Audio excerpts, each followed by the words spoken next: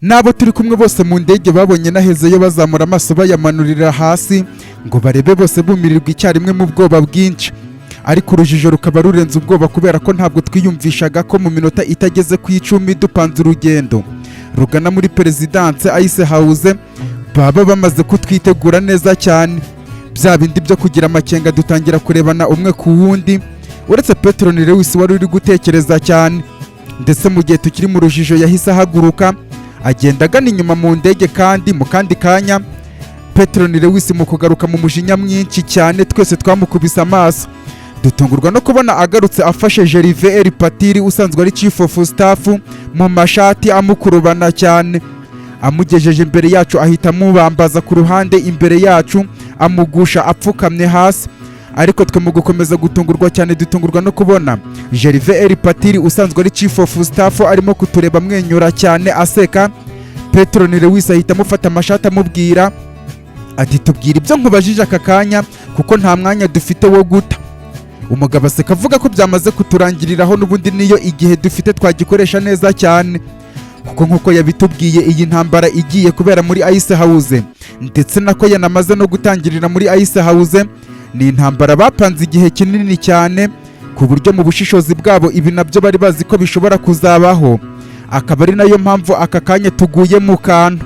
Naho kubijyanye n'ibyo ahoze arimo kumubaza ngo abantu bari muri Ice House bamenye bate ko iyi ndege igiye ishobora kuba igabye igitero, ni telefone afite amaze guhamagaza, ariko Petero ni Lewis akaba mwinjiranye atararangiza kuyivugiraho, ari nayo mpamvu aka kanya turi kubasha guhumeka n'aka kuka kanyuma kubera ko hari amabwiriza abari hasi b'abagambanyi bafite, ariko bakaba bayafite kubera ko Petero ni Lewis yinjiranye umujinya agasanga Gervais L. Patiri usanzwe ari Chief of Staff atararangiza kuvuga ibyo ari kuvuga kuri telefone. Naho ubundi twese n'iyo ndege baba bamaze kutumanura hasi ndetse twabaye ubushwambagara.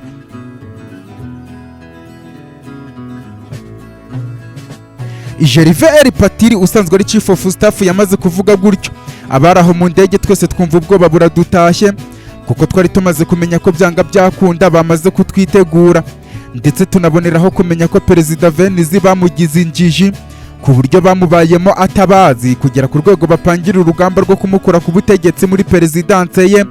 Akaba ariyo mpamvu twese twageze aho ngaho twareba hasi tugatungurwa no gusanga ibisasu bya kirimbuzi biteze hasi ku buryo ari akantu gatoya cyane turamanukaho ubundi bagahita baturimburira gushira. Bonita ahita tubwira ko bari kuza kwinjira mu gihugu habura gatoya kugira ngo binjire mu kirere cya Kentrone, kandi twibuke ko bisaba ko tuba turi muri Ice House kugira ngo umupangu Kapiteni Hiberi avuze ugerweho, kuko byanga byakunda nta kuntu twabashyira hasi bakinjira mu kirere cya Kentrone tutifashishije za ntwaro perezida w'igihugu akontorora we ku giti cye. Ibyo mu kubyumva tubona ko tumeze nk'aho turi mu cyeragati, mu gihe Gervais L. Patiri usanzwe ari Chief of Staff we yararimo guseka, ariko njye nari ntangiye kwibaza uburyo tugiye kubibigwara Gerard Lewis agasubiza indege hejuru ndetse akajya inyuma misiyo ikabipfuye, cyangwa se twamanuka hasi bagahita baturimburira gushira n'iyo ndege, kandi aho turi nta n'uburyo bwo kuba twamanukira no ku migozi ngo tugere hasi kandi batwiteguye. Ibyo namaze kubitekereza Petero ni Lewis ko ariko arimo kwizerereza imbere yacu atekereza cyane ngo ashaka icyo yatubwira nk'igitekerezo gishya, ndetse natwe twese byaducanze cyane. Gerard Lewis mu gutungurwa kwinshi atubaza ikintu kiduhangayikishije mu byo tubonye, nubwo nawe ari we watunguwe mbere kubera kubibona. Twese duhita tumureba twumva wagira ngo ari kudukina ku mubyimba kubera ko abizi neza ko badutegereje, ariko tukaba tutabanura indege. Mu kumuhanga amaso nawe yampanga mbaza igikurikiyeho muri ako kanya, mubwira ko indege yari ikeneye kujya hasi kugira ngo tubashe kugera muri Ice House. Gerard Lewis avuga ko ariko icyo atari ikibazo kuko n'ubundi intwaro uko yabimeze kose ntabwo ishobora kuba yahangara iyo ndege, tubyibuke. Ahubwo we ikintu cyari kimuhangayikishije n'uburyo muri twebwe dushobora kuba turimo abagambanyi ku buryo twaba twatanze amakuru ko tugiye kugaba igitero muri Ice House mu minota 10 twari twabipanze. Ariko ubwo amaze kumenya ko Gervais L. Patiri usanzwe ari Chief of Staff ari we watanze amakuru, turatekanye kumanuka hasi nta kibazo na kimwe kirimo. Gerard Lewis yamaze kuvuga gutyo twese dushigukira hejuru, na Petero ni Lewis wari uri kwizerereza imbere yacu ahita agaruka ku murongo atureba twese tuboneraho kwibuka ko burya iyo ndege nta kibazo na kimwe yagira nubwo bayirasa. Mu kumwenyura kwacu bigaragaza ko twari twihebeye ubusa. Gervais R. Patiri usanzwe ari Chief of Staff we ahubwo aba ari wubumba iminwa, kuko ibyo byari bitengushye cya cyizere yari afite ko tudashobora kuva mu ndege. Anthony Mata tubwira ko agiye guhaguruka aza, bityo ubwo tumenye ko indege nta kiba, igisigaye ni udutendo twacu kugira ngo tuze kuyisohokamo. Bonita avuga ko bisaba ko twihuta byiyongereyeho kubera ko hari iminota Gervais R. Patiri usanzwe ari Chief of Staff adutakarije, kandi abari mu kirere baje kugaba ibitero bo ntabwo bari bahagaze. Gerard Lewis atangira kumanura indege yijyana hasi ku butaka nta kwikanga, ndetse Neila Lewis ahita agenda n'umujinya mwinshi akubita ingumi nziza Gervais R. Patiri usanzwe ari Chief of Staff, ubundi ahita afata imigozi ikomeye cyane hamwe n'amapingu bigaragaza umujinya, ubundi ahita amuzirika, ahita abaza icyumba gitekanye yafungirwamo ku buryo ataza kubona ubwinyagamburiro. Gerard Lewis ahita amurangira icyumba, Neila agenda James Rutanis amukurikiye kugira ngo bamenye neza ko basize bamufunze. Ibintu bitatinze na gatoya, nuko uko indege imanuka aba ariko Gerard Lewis atwereka uburyo bari gutangira kuturasaho amasasu ku ndege, ariko amasasu baturasheho akagera ku ndege amaze kuburubura akayonga asubira hasi. Ibyo bitangaza byo kuba indege turimo itabasha kuraswa tumaze kubihaga, mbese tutakibishamadukiye, Petron Lewis atubwira ko ariko kanya ko kwiga neza uburyo misiyo tugiye kuyikora. Bonita atangira kutubwira ko impande zose bimeze, ndetse yewe na location ya Perezida Venice aho aherereye n'umuryango we, agendeye ku matelefone yabo, cyane cyane na Dogiteri Rita, Minisitiri w'Ubuzima wari waje muri Perezidansi. Twamaze kumenya uko muri Perezidansi hameze, ariko umutekano we wakajijwe cyane n'abasirikari barinda perezida bivanzemo abagambanyi, kubera ko igihe cy'akazi k'abagambanyi ntabwo cyari kiragera, kandi abagabo bakuru baje kubatera inkunga aribo Herman Lewis n'umuvandimwe we Harold Lewis batarahagera. Bivuze ko aribo bakeneye kuhagera mbere, ubundi abagambanyi bakitandukanya n'abasirikare ba leta. Kapiteni Hibert yahise atubwira ko mu buryo bwe yahamagaye umukapiteni w'inshuti ye usanzwe atwara akajugujugu, ku buryo yamaze kubageraho we na Anthony Martin, Penina, Monica n'umwana we ndetse na Losange. Bakaba bageze hafi na Perezidanse, aho Penina asigaranye mu ndege na Losange na Monica, kuko mu rwego rwo kugira ngo abaragira ikibazo mu ntambara bitabweho baraba barekereje n'ubutabazi bw'ibanze. Kapiteni Hibert yamaze kuvuga gutyo tumubwira ko natwe turi kujya hasi, ariko ikibazo ntabwo turabona umupangu muzima wo kudusohora mu ndege ngo tuyivemo amahoro. Ako kanya twumvise ijwi tutari dusanzwe turi kumva muri twebwe. Mu kanya gato gashize atubwira ko tumuhereza iminota igera kuri 3 gusa ahita aduhesha ububasha bwo gusohoka mu ndege. Mu kumara kumva iryo jwi uhereye kuri njyewe ndetse na Petron Lewis n'abandi turi kumwe twese turamwenyura, kuko wagira ngo nta nubwo twari twanamwibutse nyuma y'uko yari yagiye muri gahunda ze. Kumbe yari Apollo ndetse na Kapiteni Hibert na Anthony Mati bahita batubwira kuko ari batatu bagiye guteza akajagari muri Perezidanse, ku buryo abaduhanzeho amaso barahita bajya hasi. Ibyo twamaze kubyumva nshimira Apollo kuko azi igihe. Ako kanya Bonita avuga ko yari yabibonye ko Apollo kubera kuba adahari ndetse no kuba gahunda tuyipanze bitunguranye byatumye Apollo tutamwibuka, niyo mpamvu yamwivugishirije ku giti cye agahita amubwira uko bimeze, ari naho mu mahitamo abiri yo kuba yaba ari kumwe n'abasigaye mu butaka bwa ba Lewis cyangwa se yaba ari muri Ice House, yahise ahitamo kuza muri Ice House. Bonita akimara kuvuga gutyo yahise avuga yikanze cyane, avuga ati buretse gatoya. Twumva tunguwe cyane, twese mu kwikanga duhita tumubaza ibibaye. Bonita ahita abaza Gerard Lewis niba arebeye kuri radari z'indege ye ibyo ari kubona nawe ari byo ko arimo kubona. Gerard Lewis mu kureba afungura radari atungurwa cyane twese atureba, avuga ko indege zirimo abagabo babiri Herman na Harold zongereye umuvuduko uhambaye cyane ku buryo zamaze kugera muri Kentrone, ndetse ahubwo ubu zikaba ziri hafi cyane ku buryo imwe irimo gusatira ubutaka bwa ba Lewis, indi ikaba irimo gusatira Ice House. Twese mu kubyumva duhita twikanga, mpita nsakuza mbaza Apollo aho ageze we na Kapiteni Hibert. Hibert ansubiza ko ako kanya batari kuboneka, bityo twongere kuvugana nyuma y'akanya. Kumbe numva bari kurwana intambara y'amahoro itarimo amasasu, kwa kundi wubikira umuntu ushaka kumuvana mu nzira udateje akaduruvayo. Niho nahise menya ko abagabo b'abagambanyi bose bari barekereje kugira ngo badukureho nta mpaka ku itegeko rya Gervais R. Patiri usanzwe ari Chief of Staff. Apollo, Kapiteni Hubert ndetse na Anthony Mati bahisemo kubakura mu nzira bucece, bivuze ko bamaze kwinjira muri Ice House kare cyane. Kapiteni Hubert amaze kumbwira gutyo, Petronile Lewis yahise avuga ko dukeneye gusohoka muri iyo ndege igitaraganya kugira ngo byibura Gerald Lewis ajye ku butaka bwa ba Lewis ahangane n'indege irabishaka kurimbura ubutaka bwaho, bityo isegonda ryose riri kurengaho iri kudutinza. Ave Maria Lewis ahita avuga ko bo biteguye kurwanya abashaka kurwana, ariko tumenye ko nta bushobozi bafite bwo kurwana icyo gikoko cy'iyo ndege, bityo ari ibishoboka basi Gerald Lewis akajya guhangana n'abaraza muri iyo ndege, noneho abarajya ku butaka nabo bakarwana n'abasigaye hasi ba Veneranda. Kapiteni Hubert avuga ko aka kanya twitegure neza cyane dusohoke mu ndege. Bonita avuga ko uko byagenze nuko ziriya ndege zindwanye uko ari ebyiri zo zageze hafi y'ikirere cya Kentrone zihita zongera umuvuduko, noneho indege zirimo abacancuro baje kwataka Kentrone nk'abasirikare ba Herman n'umuvandimwe we Harold Lewis bazi inyuma, bivuze ko habura gatoya bakinjira muri Kentrone. Bikaba bibaye mu buryo bwo kugira ngo Herman n'umuvandimwe we Harold Lewis baze kujijisha, noneho abacancuro baze bitura mu basirikari bose aho bari mu birindiro byose mu gihugu. Bonita akomeza avuga ko ibintu agiye kutubwira tutabasha kubyizera. Twese mu gutungurwa, Petronile Lewis amubwira ko basi apfe kubitubwira. Bonita avuga ko abasirikare b'abacancuro baje ari benshi cyane, bari mu ndege z'intambara nini cyane zirenga 100, bivuze ko ikintu cyonyine kiratabara Kentrone ari uko twagera kuri Perezida Venice ndetse akatugeza mu cyumba gikontorora ibitwaro bya kirimbuzi bimwe buri gihugu cyose kiba kibitseho, ndetse perezida akaba ari we umwe rukumbi ufite urufunguzo rwabyo rwa nyuma hamwe n'umugaba mukuru w'ingabo. Bitihise Kentrone igiye kuba amateka. Gerald Lewis yahise afungura indege. Petronile Lewis yabaye nk'igikoko asohoka imbere y'abandi bose, nanjye mukurikiye, twese twambaye igisirikare, mbese urugamba twarwambariye. Kapiteni Cedro Jeff, Kapiteni Hubert, Anthony Mati ndetse na Apollo tubasanga ku muryango barekereje ngo dusohoke mu ndege.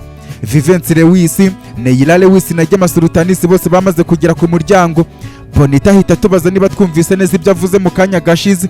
Gerald Lewis avuga ko abyumvise, bityo aka kanya agiye kwerekeza mu butaka bwa Lewis kuko niho umugaba mukuru w'ingabo wa Kentrone aherereye. Ako kanya twese bari bwo twumva ko bivuze ko General Torres agomba kuva aho afungiwe aka kanya akaza muri perezidanse, kuko we na Venice nibo bafite urufunguzo rwo kugira ngo bafungure ibisasu bya misile, ubundi bimwe biba bigenewe kurasa kure cyane nk'igihe amahanga yiyengeje ku gihugu runaka. Gerald Lewis yamaze kuvuga gutyo aba aribwo nikanga, ndetse na Petronile Lewis kubera ko kuva na Torres aho afungiye byahise bidutera ubwoba kubera ukuntu ari incakura, bityo ashobora no kuducika. Ave Maria ahita avuga ko tutagira ikibazo, nibiba ngombwa aramwizanira we na Gerald Lewis. Twebwe ikintu gikurikiyeho nonaha nuko dushaka Venice tukaba tumufite, ku buryo abasirikare bagiye kugera mu kirere barahagera twabahuje duhita tubarimbura. Bonita ahita avuga ko byibura aduhaye iminota 15 ngo Gerald Lewis abe avuye muri Lewis Company azanye General Torres, ndetse natwe twageze mu cyumba ikirimo ibyo bitwaro. Gerald Lewis yahise ahagurutsa indege. Petronile Lewis atangira gupanga misiyo uko igiye kugenda, avuga ko njyewe nawe Petronile Lewis na Kapiteni Hubert ndetse na Anthony Mati ari twebwe tugiye kujya kwa Perezida Venice. Abandi bose basigaye aka kanya bari mu maboko ya Kapiteni Cedro Jeff, bityo urugamba rwo hanze bagiye kuruharura. Twamaze kuvugana gutyo, Kapiteni Hubert adusaba kumukurikira.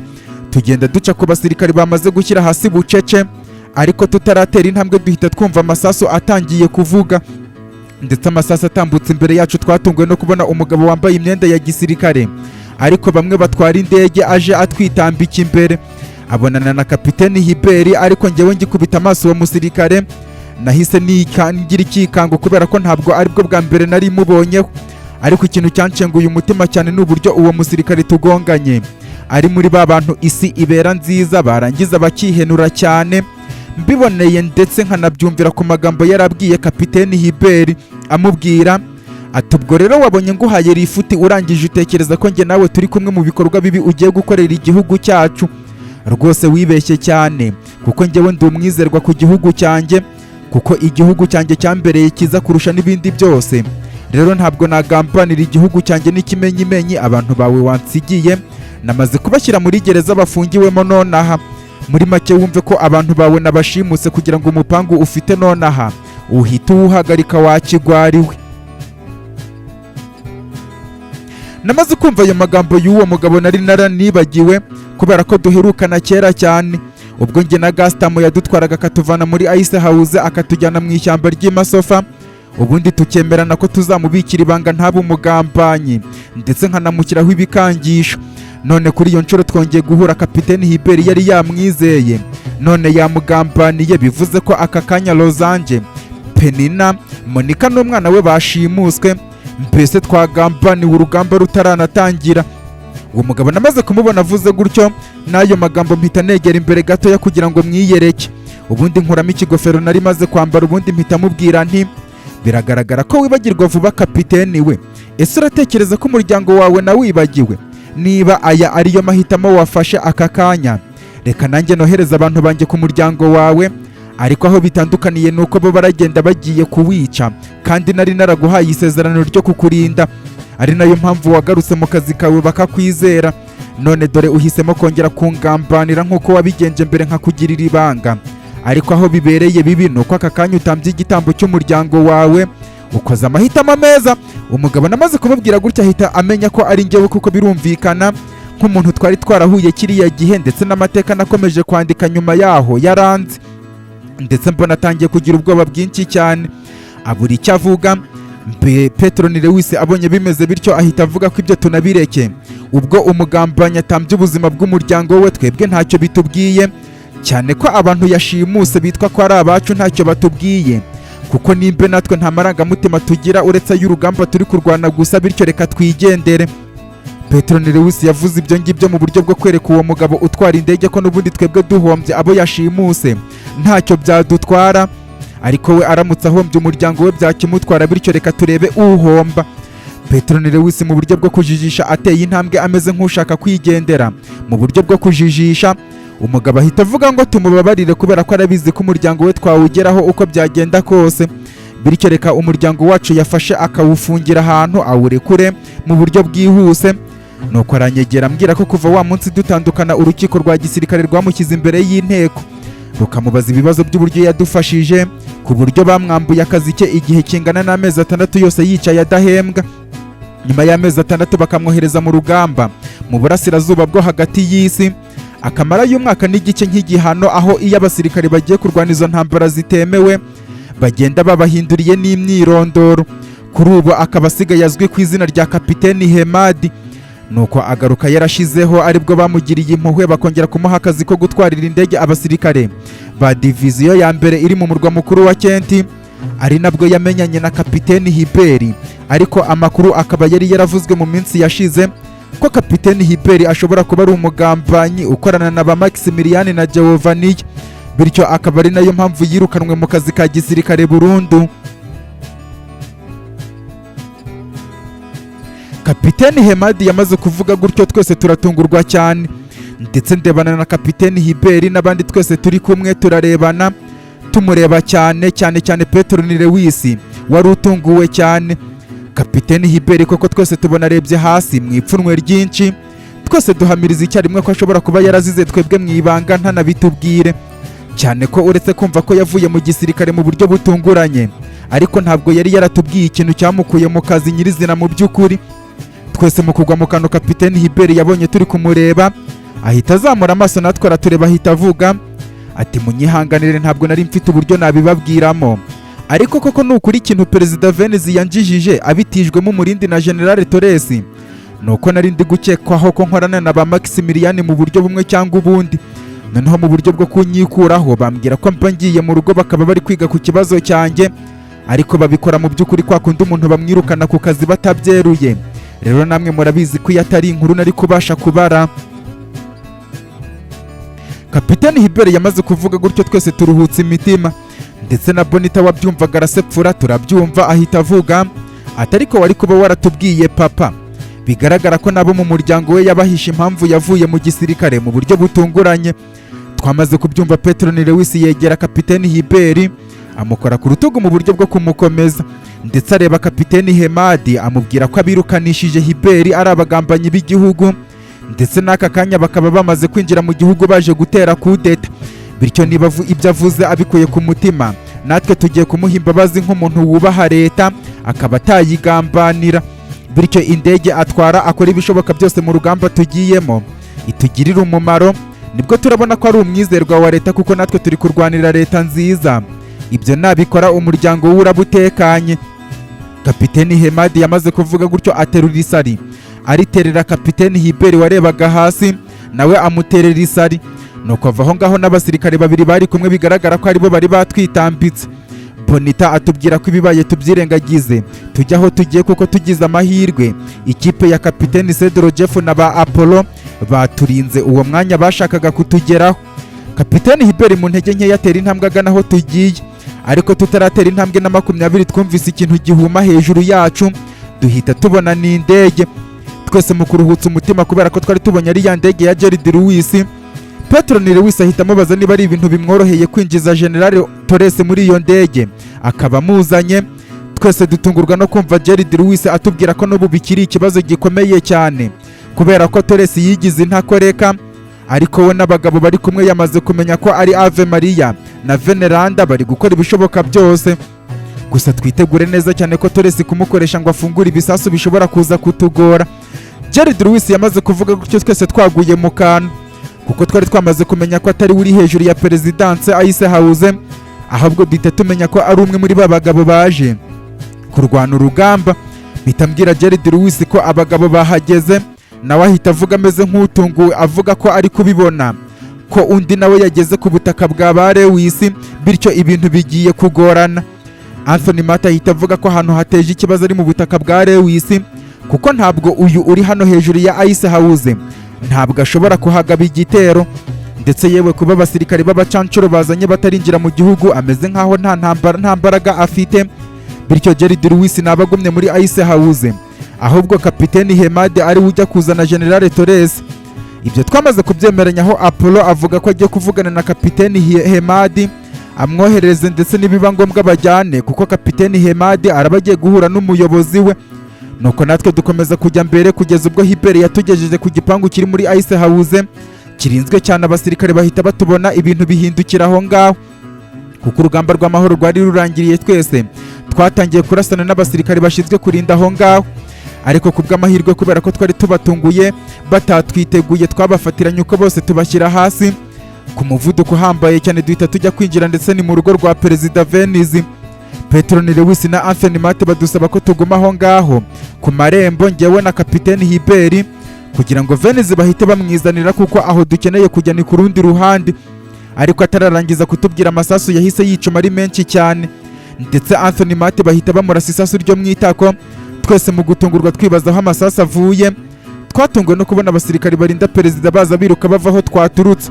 Bigaragara ko amakuru yamaze kumenyekana ko Perezidanse yamaze kwinjirirwa. Petronile Lewis atubwira ko nta kibazo, ikiza nuko ba Apollo bari binjiye kare bakaduharurira inzira, bityo ako kanya ntabwo twasubira inyuma.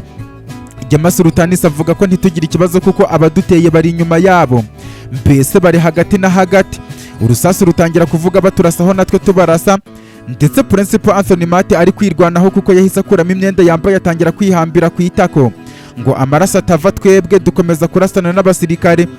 Petronile Lewis ahita dusaba gukomeza kurasa wakinjira muri urwo rugo kuko byanga byakunda Venice n'umuryango we bafite uburyo bwo guhunga banyuze mu nzu yabo imbere igihe runaka kandi iminota iri kugenda. Kapiteni Hiberi avuga ko aho hantu ahazi Venice agomba guhungira, bityo reka aze. Njyewe na Anthony Mate warashwe ari twe turasana n'abasirikare by'akanya gatoya kuko igihe turaba turi kurasa ntabwo baratugeraho, ndetse na ba Neila Lewis bari inyuma yaho baraba bari kubatugabanyiriza. Kapiteni Hiberi yamaze kuvuga gutyo, we na Petronile Lewis bagenda bagana mu rugo indani, twebwe dusigara turi kurasa ubutaruhuka. Ariko Anthony Mate we yarasa yicaye hasi kubera ko yari yarashwe ku itako atabasha guhaguruka. Mu buryo bugaragara ba Jama Sultanis na binyuma bakarasana n'abasirikare kuko bari bameze nk'abari kurasa ku mpande zombi nubwo bari benshi. Mu gihe kitarambiranye Petronile Lewis na Kapiteni Hiberi bagarutse imbokoboko batubwira ko Venice yamaze guhunga kare cyane, bigaragara ko bamenye ikibazo hakiri kare. Bonita avuga ko ibyo ari ibyago bikomeye kubera ko ubu turi kubara iminota 15 byibura ngo za ndege zirimo abacancuro z'intambara zibe zinjiye mu kirere cya Kentrone, kandi icyo gihe ibisasu byakabaye byarangije kuregerwa ku buryo indege izabahita bayirasa abasirikare b'abacancuro batarasohokamo. Bonita yamaze kuvuga gutyo, kapiteni Sedrojeff avuga ko nabo ubu bagiye kwigabamo amatsinda kubera ko aho ngaho Venise yacitse mu rugo rwe hari abantu bagomba kuba bahari mu buryo bwo kuharinda. Gerard Lewis atubwira ko amaze kubonana imbona nkubone na Harold Lewis aka kanya, ndetse akamubwira ko umuhungu wabo Tom Lewis afungiye muri ubwo butaka bwa Lewis, bikaba byamuzitiye kuba yarasa ngo arimbura ubutaka bwa Lewis nk'uko byari bimuzanye. Ako kanya akaba ameze nk'uri mu rungabangabo, bityo agiye kuzana n'uyu mugabo witwa Ave Maria ndetse na Gerine n'undi musore bari kumwe kugira ngo abakenewe muri Ice House biyongere, kuko mbere ya byose ubu ubwo perezida adahari Ice House ubwo nitwe tuyifashe, turahangana n'abaje gufata ubutegetsi nyuma ari twebwe bahanganye natwe. Twese mu gutungurwa twumvise umuntu mushyashya urimo kutuvugisha atarasanzwe ari kwitumanaho ryacu. Mu kwibaza uwo ari we, Gerard Lewis avuga ko ari kapiteni Hemadi aka kanya uhagurutse mu butaka bwa Lewis, ndetse akaba abonye indege igenda mu kirere cya Kentrone. Babisikanye nk'umuntu usanzwe azi iyo ndege, agahita amenya ko ari indege irimo perezida Venise. Muri make ari kutubwira ko Venise yamaze gucika muri Perezidanse Ice House, nubwo atazi abandi bantu bari kumwe muri iyo ndege. Naho ubu ngubu General Torres bakaba bari bamuzanye, nubwo batazi ko hari ikintu bikimaze, kubera ko perezida adahari ngo bafatanye gufungura ibisasu bya misile mu kurasa izo ndege zirimo abasirikari baje kwataka. Twamaze kubyumva ari nako ndi guhangana ijisho na Gemma Sultanis wari hakurya yanjye. Hagati yacu harimo imirambo y'abasirikare barinda perezida ndetse n'inkomere z'abasirikare barinda perezida, nk'ikimenyetso kigaragaza ko abari bari kutwataka tumaze kubashyira hasi. Ndetse kapiteni Sedrojeff avuga ko ari ibishoboka ba Neila Lewis babasanga aho bari, kuko ho urugamba rurakomeye. Birumvikana amasasu yo yarakiri menshi cyane. Kapiteni Sedrojeff avuga ko Vivence Lewis bamaze kumurasa isasu, ariko kubw'amahirwe barashe antibare, ariko kubera ko atabimenyereye ubu yaguye igihumure yahwereye. Gemanyi Kirisiri ambwira ko bagiye bahita bacaho baragenda we na Neila Lewis. Kapiteni Hemadi avuga ko baje bihuta cyane azanye umugore w'umuganga bari kumwe mu ndege kugira ngo arebe ko hari icyo bakora. Petron Lewis avuga ko nitureba nabi abasirikare bagiye kuza bararimbura Kentrone. Ikirenze n'ibyo ngibyo ababajwe cyane no kuba perezida Venise acitse, kandi byanga byakunda hari ibyaha agomba kwishyura. Anthony Mate avuga ko icyo atari cyo guhangayikira aka kanya, ahubwo duhangayikira abasirikari bagiye kuza, kuko dukeneye uburyo uko byagenda kose bwo gufungura ibisasu bya misile. Gerard Lewis ahita agera mu kirere, ndetse akihagera we na Herman Lewis batangira kurwanisha indege zabo, bahanganye barasana, ariko bikaba iby'ubusa kubera ko izo ndege ntabwo byakunda ko zijya hasi. Gerard Lewis abonye bimeze bityo ahita amanura indege, ndetse ayimanurira neza neza aho turi, ahita ajugunya General Torres, Ave Maria, Gerine na wa musore wa mugabo ufite ibimenyetso barimo kutwica bahita bamanukira ku migozi. Mpita ngenda mfata General Torres ndamuhagurutsa, mpita nsaba kapiteni Hiberi gusindagiza Anthony Mati, tukava aho ngaho tukajya mu cyumba kigengwa na Venise. Petron Lewis asaba Ave Maria Lewis ko we nabo bazanye barinda urwo rugo kugeza igihe ibintu bigira ku murongo, kubera ko mu kanya kadatinze haragabwa igitero. Kapiteni Sedrojeff avuga ko abasirikari bamwe bamenye amakuru mu buryo butunguranye ko perezida wabo yahunze ingoro ye, none nabo bari kurwana bashaka uko bakwira imishwaro, ndetse biri kubafasha cyane kubera ko hari n'abamenye amakuru ko hari ibitero bigiye kugabwa muri Kentrone bigizwe n'abasirikari b'abacancuro b'iyo hakurya y'amazi magari. Apollo avuga ko hari igitekerezo agize, ariko ntabwo azi ko kiraza kudufasha. Turamutse tubonye ahantu twakura ibikumwe bya perezida Venise akaba ari byo tuza gukoresha. Kapiteni Hiberi avuga ko atari ngombwa, kubera ko iyo umwe mu bantu bagomba gufungura izo misile adahari, byanga byakunda umwe usigaye aba afite uburyo bwo gufungura mu buryo bwa emergence. Ikibazo kirabaho nuko General Torres arigiza nkanakanga gufungura aho hantu, cyane ko yifuza ko ibyo bitero byagabwa. Petron Lewis avuga ko tugenda ibindi tukaza kubireba nyuma.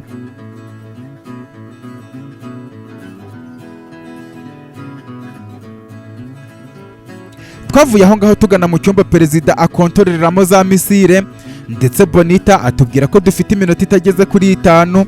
Ubwo natwe turabyumva ko hari amahirwe menshi, nako ibyago by'uko indege zimwe cyangwa se zose muzaje ziragaba igitero. Twibuke ko bariya bagabo ba Harold na Herman bafite amakarita yose ya Kentrone, naho abasirikari baherereye mu mabezi yabo yose. Ikibazanye ni ukugaba ibitero ku basirikari bose, baze zose za gisirikare zo mu gihugu bakabica, abandi bakabagira imbohe, ubundi bagasigara ari bo bayobozi ba leta. Rero ubwo natwe turabyumva cyane, ari nayo mpamvu Herimani na Harodi batuje cyane, kuko batarabona imbaraga zabo. Ubwo nituramuka dushyize hasi abacancuro babo turaba tubaciye intege, ndetse nitutabashyira hasi ibitwaro batwaye muri izi ndege bibagirira umumaro. Jared Lewis avuga ko ibyo bitarabaho ari we utwaye iriya ndege, ahubwo we ararekereje nibiba na ngombwa ararwana inkundura. Ubwo twageze ku cyumba Hiberi agifungura ku ngufu, birumvikana abasirikare twari tuhasanze twabanje kubashyira hasi. Tumaze kwinjiramo Petero Lewis atubwira ko abwira General Torres ko afungura pano y'ibyo bisasu ubundi tumwereke aho aregerera ko birasa. General Torres aseka cyane mu buryo bwo kudukwena. Bonita avuga ko aduhaye iminota 3 yonyine bitihise natwe turumva ibigiye kuba. General Torres mu kwitegereza Petero Lewis ahita amubwira ati ise ntabwo ari wowe yikaragiraho gusa Chairman, ntabwo iteka ryose ibintu bigenda nk'uko wowe ubyifuza. Ikirenze n'ibyo da, ndabona hari ibyagukundiye muri iyi myaka yose abantu bari bazi ko wapfuye, ariko nubwo kiriya gihe wari ufite imbaraga, ariko ntabwo bivuze ko kuba waragize amahirwe yo kugaruka ngo na nyuma yo kugaruka kwawe urakomeza kugira imbaraga. Ntabwo ariko bikora Chairman. Rero aka kanya ugomba kumenya ko kwakira ko impinduka zishobora kubaho, kandi izo mpinduka nawe zikakugiraho ingaruka utishimiye. Bityo rero Kentrone reka iyoborwe mu buryo abayibyaza umusaruro banazi kuyiyobora neza babizi neza, naho wowe ibyawe byararangiye. General Torres yamaze kuvuga gutyo Petero Lewis aramwegera. Bonita avuga ko habura iminota 2 n'amasegonda 18 ngo abasirikare b'abacancuro binjire mu kirere cya Kentrone. Petero Lewis abwira General Torres avuga ati mu bintu byose ntigeze ntekereza muri ubu buzima rero Torres, ni ukuntu umuntu nkawe ugaragara nk'uciye akenge ushobora kuba ikigoryi cyane, aho wabaye nk'umwana bashukisha bombo kugira ngo bagere ku cyo bashaka. N'aka kanya ukaba utari wabona ko bakoheje ngo bagukoreshe, kugeza n'aka kanya ku munota wa nyuma utarabibona. Ese nkubaza ikibazo, niba utekereza neza ukaba wumva ko aba bagashaka bo hake nibamara gufata igihugu bizakunda ko uguma kuba igikomerezwa, ubwo indege zirenga 100 bazanye zuzuyemo abasirikare nabo kumaza iki? Kandi n'ubundi leta yawe n'igisirikare cyawe musanzwe mufite abasirikare. Okay, amahitamo n'ayawe, kuko ntabwo ari wowe muntu wa mbere ibyo bavuga ngo amazi yarenze inkombe biraba bisohoreyeho. Reka nawe ube intangarugero, nimureke tureke bari abasirikare binjire mu gihugu ubundi batangire bagere kuri buri birindiro byose bya gisirikare batangire babiyice. Icyo nacyo ni icyaha kiyongera ku byo General Torres azashinjwa mu rukiko mpanabyaha. Bonita, ntiwongere kutubwira igihe gisigaye ngo binjire aha ngaha. Reka twicare dutimaze nibamara kwica abasirikare nk'ibihumbi 3 ba Kentrone, turareba niba Torres aremera kurekura misile ziraba zitagifite icyo zimaze, kubera ko indege zabo ziraba zageze ku butaka. Mbese reka ibyaha bimubere mu maso ubwo azashimishwa no kubona ibihano, kuko gucika ibihano byo ntabwo bizigera bibaho nkiri mu mwuka w'abazima.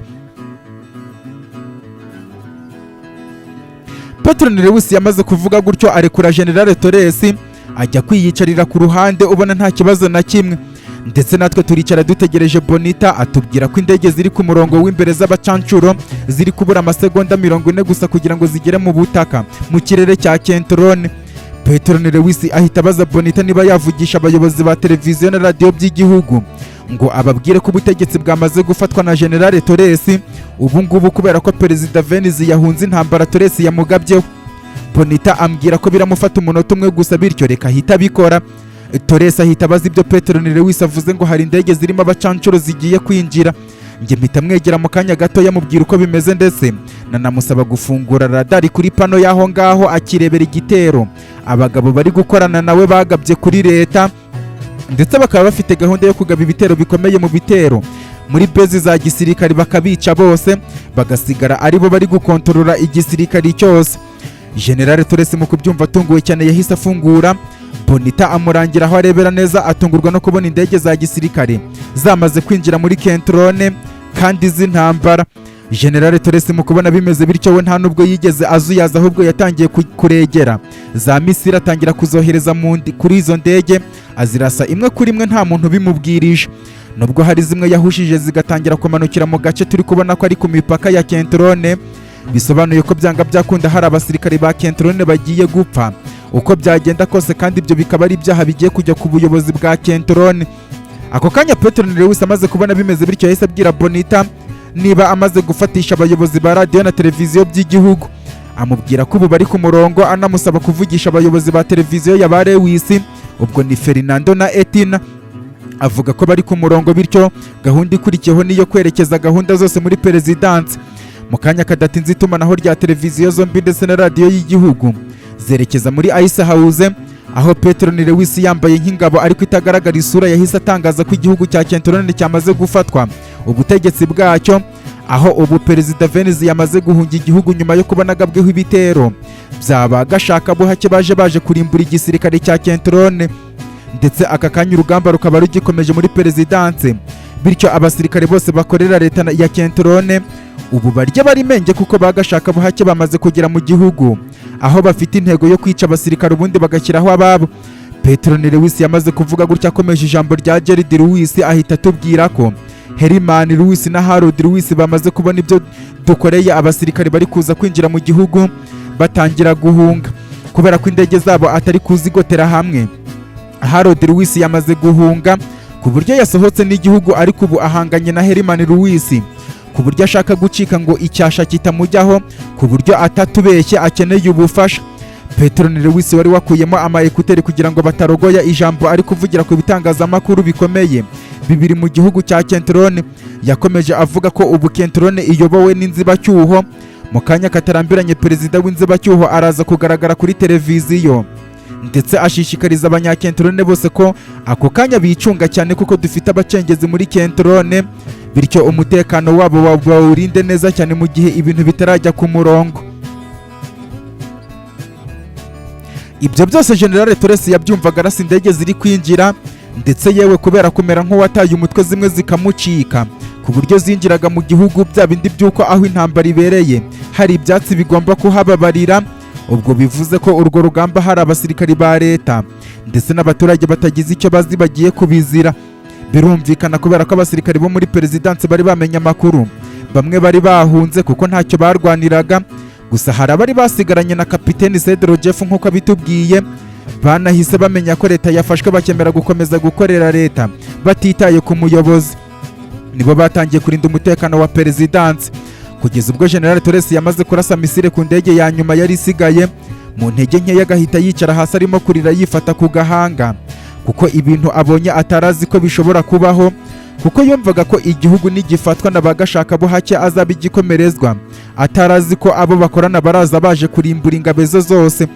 Twatangiye kwakira amakuru ku byombo avuga ko amabezi ya gisirikare atandukanye mu gihugu yatatswe n'abasirikare bameze nk'aho ari ibinyamaswa kandi barwana nabi cyane, bakaba bari kwica abasirikare n'abaturage.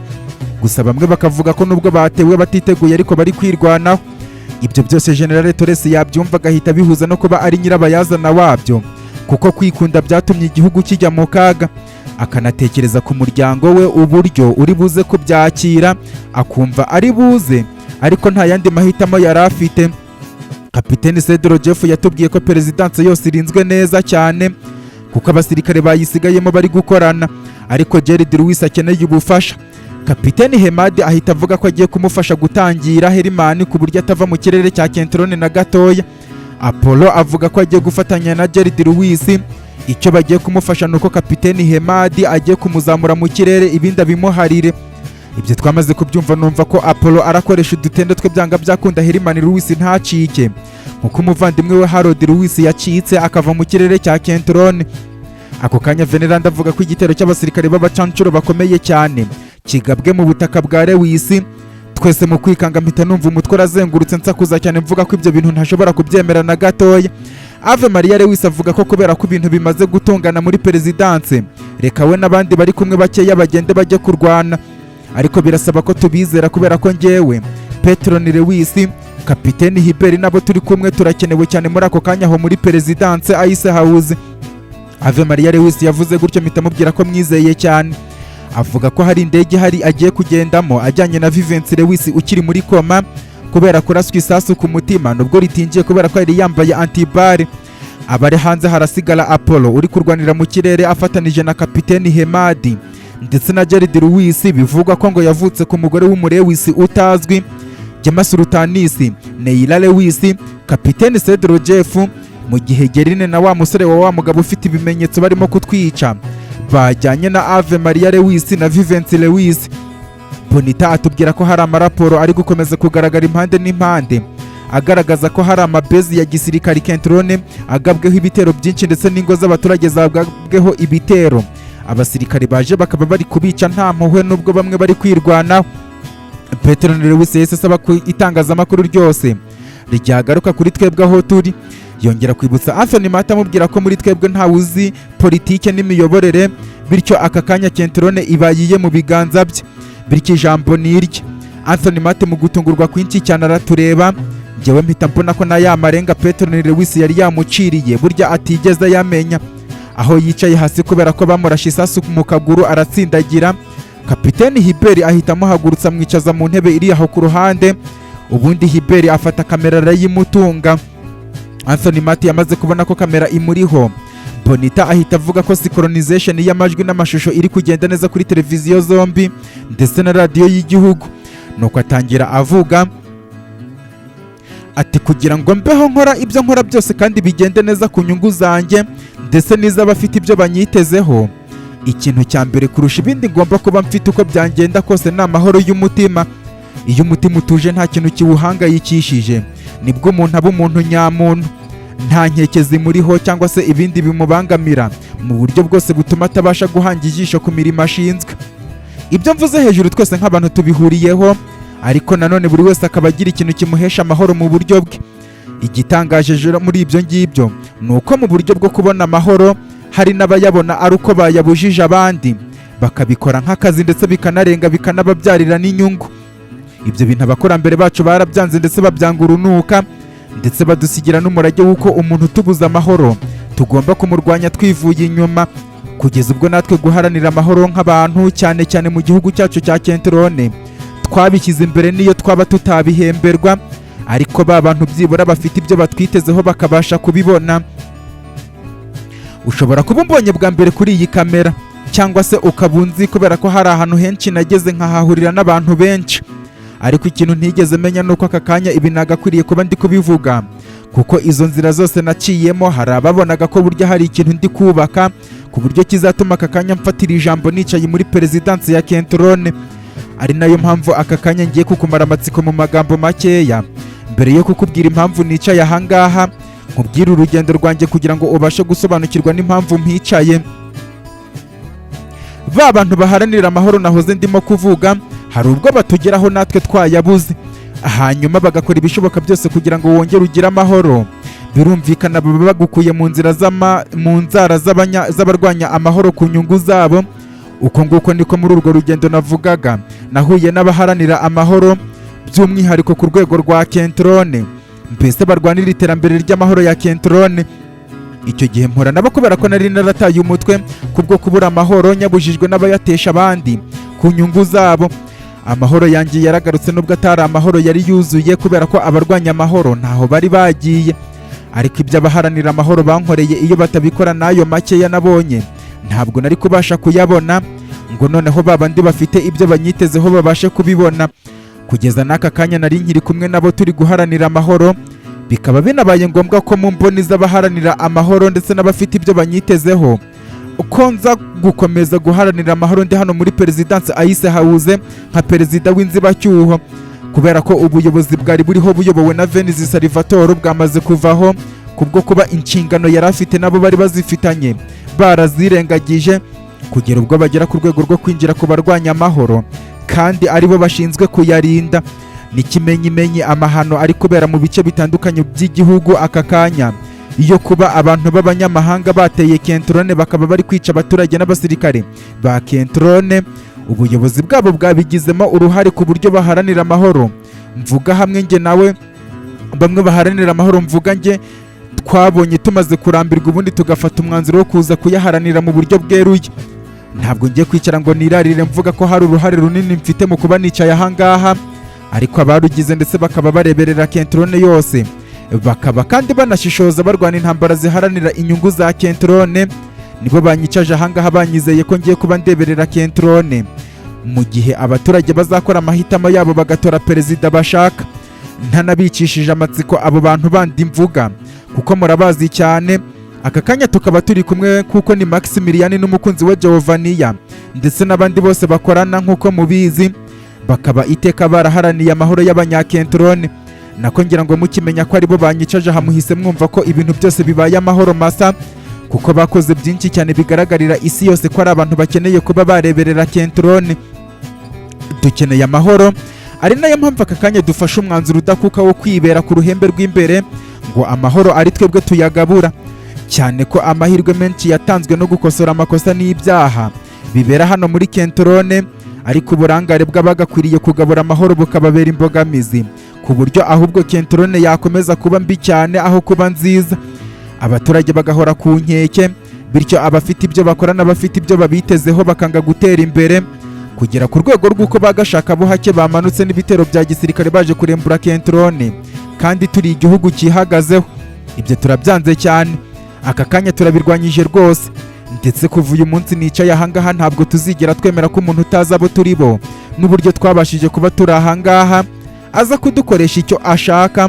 Ndetse aka kanya njyewe perezida w'inzibacyuho wa kentrone Anthony Mati nemereye imbere y'abanyakentrone mwese aho muri ku isi ko umuntu watinyutse, umuntu wese watinyutse agatera umugongo kentrone akifuza kuyigurisha mu maboko y'abashaka kuyangiriza no kuyisenya bayirimbura, ntabwo uwo muntu tuzigera tumubabarira. Mbere y'ibintu byose biba hano ku isi, kentrone dukeneye amahoro. Amahoro azaduhesha uburenganzira bwo gukora imirimo yacu y'ubuzima bwa buri munsi uko dushaka. Amahoro azatuma turyama tugasinzira. Amahoro umusingi w'ubuzima bw'imitekerereze, ndetse amahoro isoko y'iterambere, ibindi bikaba ari inyongera. Ayo mahoro niyo nge nzaharanira naba nicaye ku ntebe yo muri perezidanse cyangwa se ntayicayeho. Ndetse kandi abantu mwese mwigeze guterwa urujijo kuri Maximilian na Giovannia nabo bakorana bababwira mu isura mbi, rwose ababikoraga ni babandi babuza abandi amahoro ku nyungu zabo, kubera ko kentrone ibakeneye cyane, haba ku ntambara barwana zizwi n'izitazwi ngo kentrone n'abaturage bayo bakomeze batera imbere. Ku bw'iyo mpamvu urujijo rwose ndarubamaze. Maximilian na Giovannia ni umusingi w'amahoro ya kentrone, ndetse n'abantu abasekuruza bacu badusigiye ngo amahoro asagambe muri kentrone, nk'uko nabo baharaniye amahoro n'umusingi w'iterambere rya kentrone. Nituba dufite amahoro tuzatera imbere, nituba dufite amahoro tuzagira umutekano, ubukungu ndetse n'ibindi byose twifuza kugeraho muri uko gutera imbere. Rero njyewe ikintu kinzanye nta kindi uretse guharanira amahoro gusa. Mbese intero yanjye n'inyikirizo ni amahoro.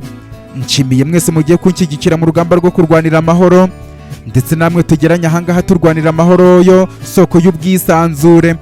Ibindi byose tuzabigeraho ndabijeje, kandi ntabwo nzahwema gukomeza kuyaharanira aho nzaba ndi hose. Kentrone yacu irakarama.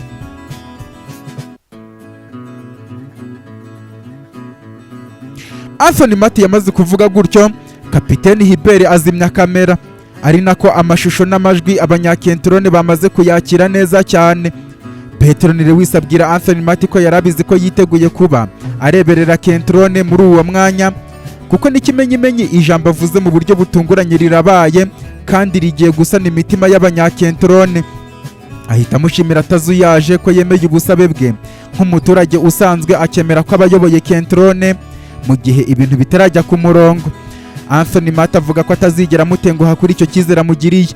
Ako kanya Kapiteni Hibert ndetse na General Torres bahita baterera isari Anthony Mati nk'abasirikare, ndetse Anthony Mati nk'uwakigezemo aritera neza cyane, ariko aritera abwira General Torres ko bidakuraho ko ibyaha yakoze byanagejeje aya mahano muri kentrone azabibazwa, kugera ku rwego rw'uko umugoroba ugeze Petero Lewis nabo bari kumwe bataruhutse na gatoya, kubera ko bwakeye bageze mu ishyamba barwanirijemo inyeshyamba ze. None reba n'urugamba ruracyakomeje bugiye kwira. General Torres wari uteye isari atekereza ko kuba yafashije kurasa za misile ku basirikari b'abacancuro biramuhesha amahirwe yo kubabarirwa, noneho kandi agahabwa imbabazi na Perezida Anthony Mati.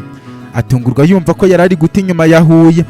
Ako kanya Losange na Penina binjira bakurikiwe na Monica n'umwana we, ndetse inyuma yabo hari Kapiteni Hemade wari ubazanye. Penina aza yambira Perezida Anthony Mati, mu gihe Losange we yari afite agakoresho ka kiti karimo ubutabazi bw'ibanze. Ndetse mu kanya katarambiranye Dogiteri Kereki ahita yinjira ari kumwe na Kapiteni Cedro Jeff, bigaragaza ko ari we wamutabaje ngo aze akuremo isasu rya perezida Anthony Mati bamurashe mu itako. Bidatinze Mati bahise bamushyira ku gatanda kari aho. Rozanja akata ipantaro ye yambaye, Penina ari kumufasha, ariko bakataho isasu ryinjiriye. Dogiteri Kereke agiye kumutera ikinya. Perezida Mati avuga ko arihanganira uburibwe kubera ko adakeneye guhumbya n'akanya na gatoya, nuko bamuhanduramo isasu ashinyiriza cyane, ariko amarira ashoka ku matama kugeza amaraso adudubiza, ariko arihangana cyane kugeza ubwo bamujombaguye urushinge bamudoda, ubundi baranamupfuka. Kugeza byose birangiye twese tureba uko bimeze, Petronile Lewis yahise avuga ko ari wo mwanya wo gushyiraho abashinzwe umutekano aho muri perezidansi ndetse no mu gihugu muri rusange, kugira ngo ahantu hose umutekano uba umeze neza.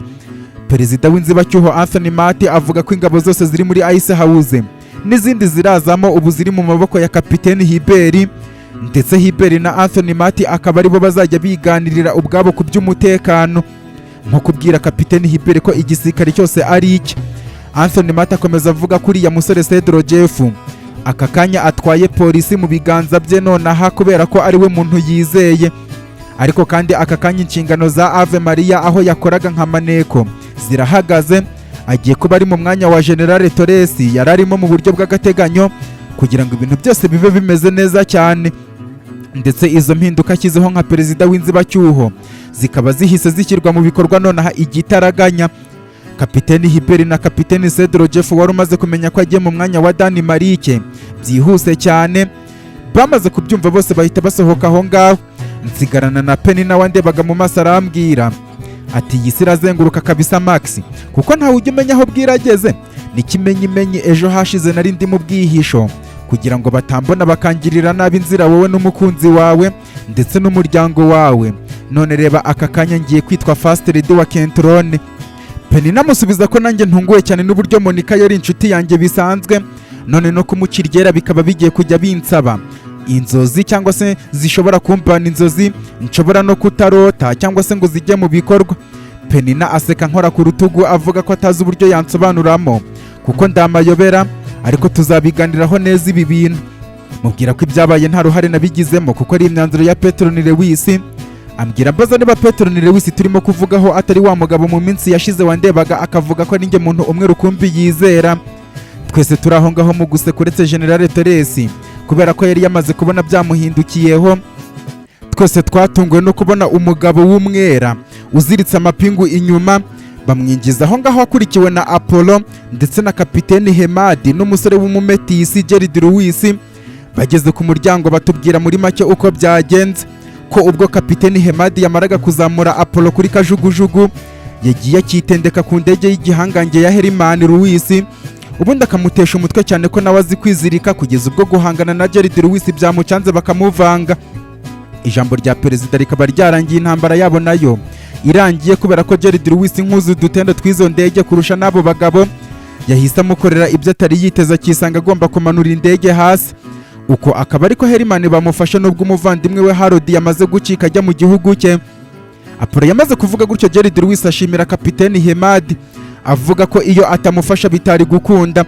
Nuko Veneranda ahita avuga ko twibereye mu biganiro bidakwiriye kubera ko nubwo abasirikari baje mbere kurwanira mu butaka bwa Lewis babashije kubarwanya, ariko hari abandi bari kuza nk'uko Bonita amaze kubivuga, bityo baramutse basanze duhari byaba byiza cyane.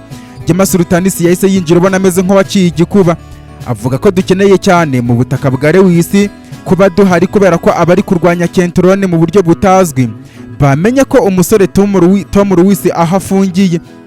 Gahunda yabo ubu akaba ari iyo gukora ibishoboka byose bakamubohora, ubundi ubutaka bwa Lewis bakabutwika bwose bakaburimbura. Jema yamaze kuvuga gutyo Bonita avuga ko ayo makuru Jema Sultanisi avuze yari kugira agaciro mu minota 15 ishize, bityo reka twumve ibyo Veneranda mubwira. Veneranda mu kwahagira kwinshi cyane avuga ati babwire ko itumanaho ryacu ryari ryavuyeho kubera ko ntabwo tuzi ibyo bakoze, ku buryo mu buryo bw'ikoranabuhanga bari barikuyeho kugira ngo bafungure inzu y'imbohe. Aka kanya wa musore Tom Lewis ndetse na Rufus bakaba bamaze kubacikisha, ndetse abasirikari bamwe baguye mu bice bitandukanye b'abacancuro bakaba bamaze kugera ku butaka bwa Lewis. Veneranda akimara kuvuga gutyo Bonita yahise avuga ati buretse gatoya ndabona indege uko ari ebyiri zose ziri mu butaka bwa Ice House.